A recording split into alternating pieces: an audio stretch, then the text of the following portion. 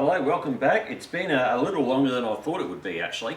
Probably been about 3 hours I'm thinking from the last time we checked. It was about three? Yeah, about three short, yeah. So, and this is what I was saying before, every brisket is different in terms of how long it can take to cook it.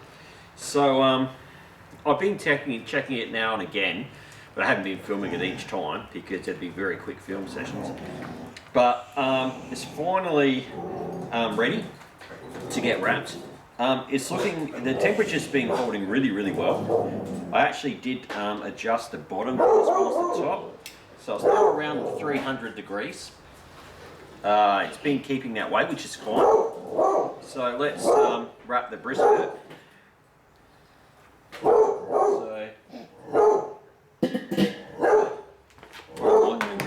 Let's just take a photo of it and put it on the Instagram. Looks good. But yeah, you can see there it's kind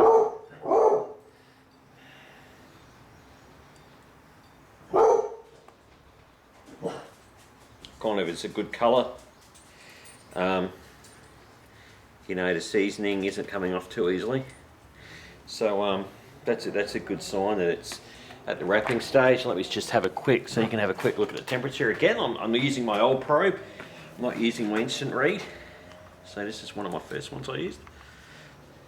So here we go. So it says, and see, the instant reads do take a bit longer to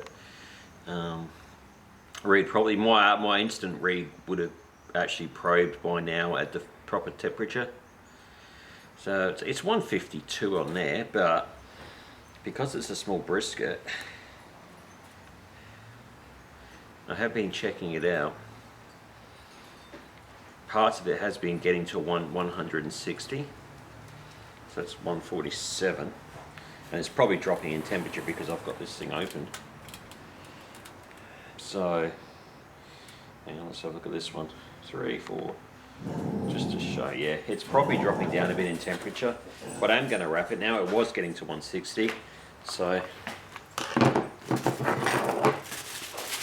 wrapping it's pretty easy. And this is just not even, like I was saying before, it's not even my more costly alfoil that I'm using. It's definitely not that pink paper I used last time for $75. This is just sort of supermarket bought aluminium foil. Now because it's a cheaper foil, I'm going to use a couple of layers, not just one or two. That's really the only difference with aluminium foil, is you have to really be a bit more generous with it. Probably put one more layer on, that'll do it.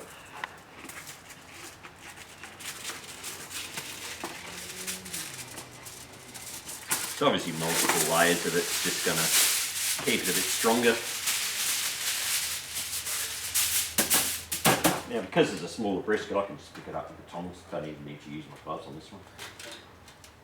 So just put it down there like that. Now we're going to put this lid back on while I'm wrapping it so the temperature will build up again. So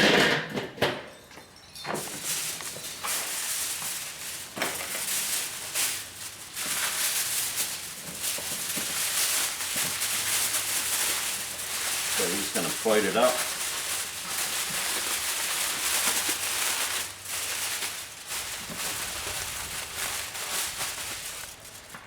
And I'm just going to pour a bit of this liquid in there, just to keep it moist while it's cooking through.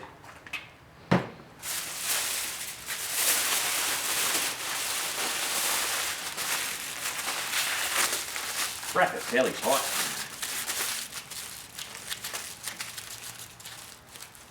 It's pretty good actually, nothing's leaking out there at all. So, back in it goes.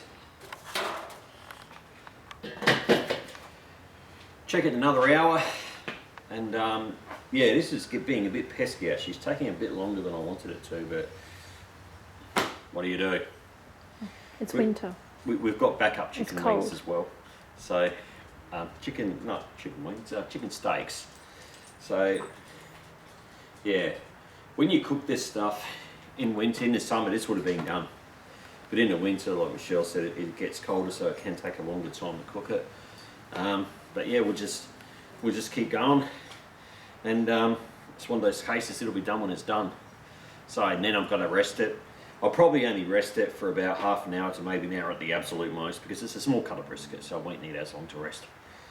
Okay, so yeah, we'll keep plugging away, and yeah, check in about an hour or so.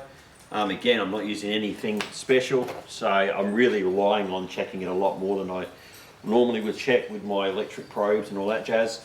So yeah, let's give it an hour and see where it's sitting. Okay, ciao.